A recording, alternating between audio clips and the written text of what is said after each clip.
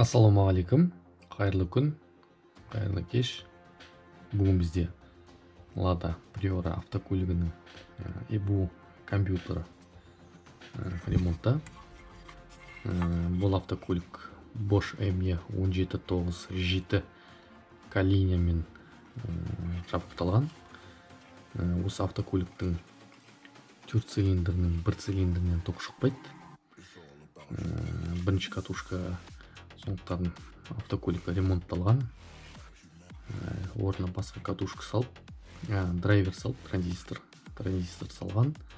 Бірақ автокөлікке салып істетсе, пайда бұрынғыдай қалпында 3 цилиндрмен тұрған.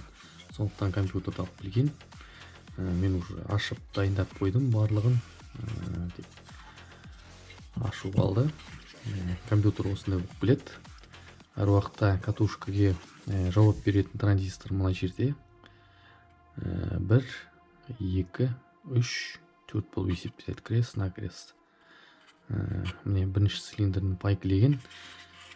Пайкілегенде қараған кезде бұл жерде қазір сізге айта кетейін. Транзистор тұрған емес, бұл питанияға байланысты бір шим контроллері болып келеді. Негізі транзистор болу керек. Бірақ жасаған адам қателесіп кеткен, болмаса табылған шим контроллерді транзистор деп шатыстырып пайкілеген.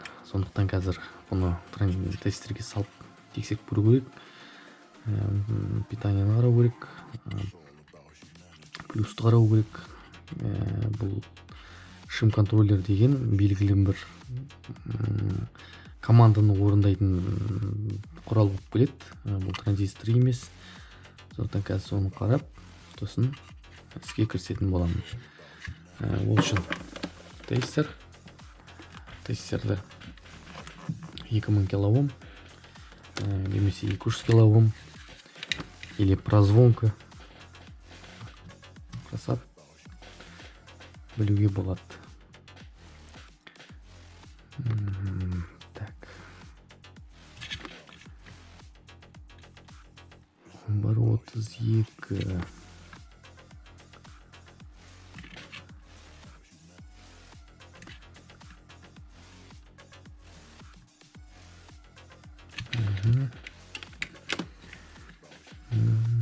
Найдите.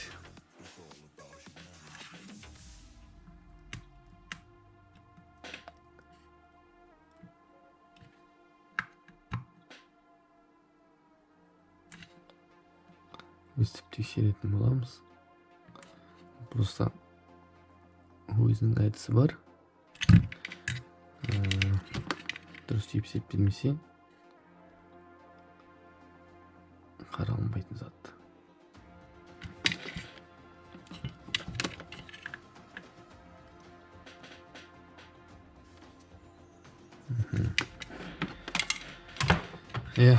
Айтқанымдай шим контроллер салған.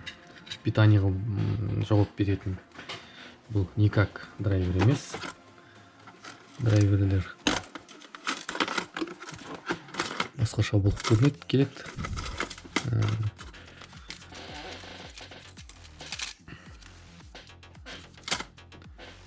Негізінде транзистор 8201 AG деген транзистор салуға болады. Мынаны алып тастаймыз қазір. Паяльникті қостық. Қазір осыны алып тастап, орнына дәл осы транзисторды пайкілейтін боламыз. Ол үшін дымоход міндетті түрде керек. Дымоход болмаса болмайды. Сосын флюстан жақсы түрінен алу керек. Ешқашанда флюспен паяльникке ақша эконом жасаудың қажеті жоқ. Себебі жұмыс жасайтын құрал болғасын, қымбат болсын, мейлі арзан болсын, аямау керек.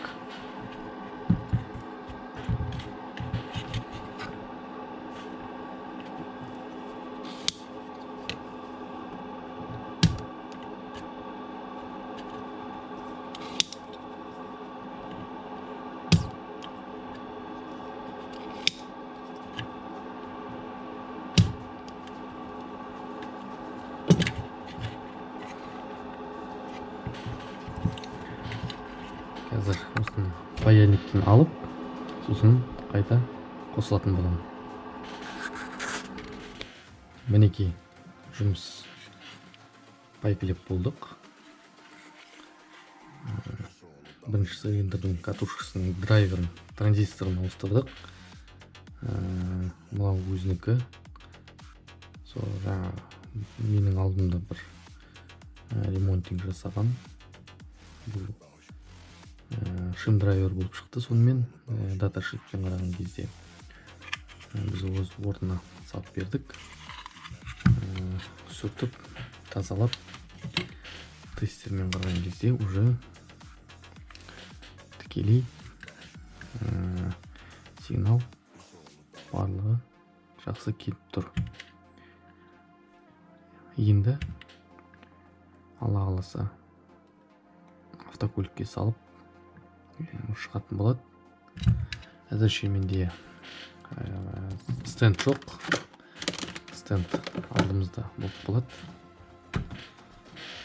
Стендке салып уже тексеруге болады. Автокөліктің катушкасының драйверлерін жөндеу осындай болады. Мен мақтанғанымнан немесе білгеніммен осының видеоның барлығын салып жатқан жоқпын.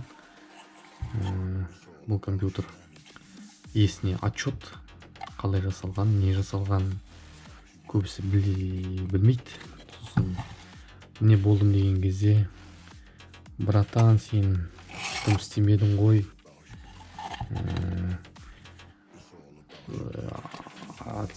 ақша жасалғанға тұрмайды деп көп түсіреді. Сондықтан отчет жасаған болса, катушкадан тоқ шықпаса немесе пробивать етіп тұрса, осы күйет не көп мастер айта бермейді, неден болған. Сондықтан аузына келген бағаны 20 мың, 30 мың, 50 мыңға жөндеген адамдар болды, мен білемін соны. Біздің Ақтаудағы мастерлерден. Енді мен қызғанғанымнан айтып отқан жоқпын, просто білсін деп, сіздерді көрсін деп, сіздерде авто жүргізушісіңіз, ремонтниктерсіңіз. Осының барлығы жұмысымен қоса 8 мыңға түсті. Ашып салу, жөндеуі ондай қатты қымбат емес деп ойлаймын. Қатты арзан емес деп ойлаймын. Осы міне катушкаңыз егер тоқтар драйверлері жасамай шықса, істемесе или форсунка импульс шықпаса, осындай заттар істен шығады. Компьютеріңізді лақтырмаңыздар. Бірінші ремонтқа тұра ма, тұрмай ма деп соны мастерлерге немесе өзіме әкеліп қаратқаныңыз жөн. Себебі мына компьютер өте арзан тұрмайды. Қазір доллар қымбат. Бұларда әрине баға көтерілген шығар деп білемін. Соңғы кезде клиент алған кезде жаңа түрін 50 мың, 55 мың алды осындай автокомпьютерді. Сондықтан келіңіздер, қаратыңыздар, диагностика барлығы қолдан келгенше точно шығарып беруге тырысамын. Рахмет бәріңізге де, жазылыңдар. Өйстіп арамызда кішкене білсін, көрсін, неден екенін деп шығарып жатқан видеоның барлығы. Барыңызға да рахмет, сәттілік, ауырмаңыздар, аман болыңыздар.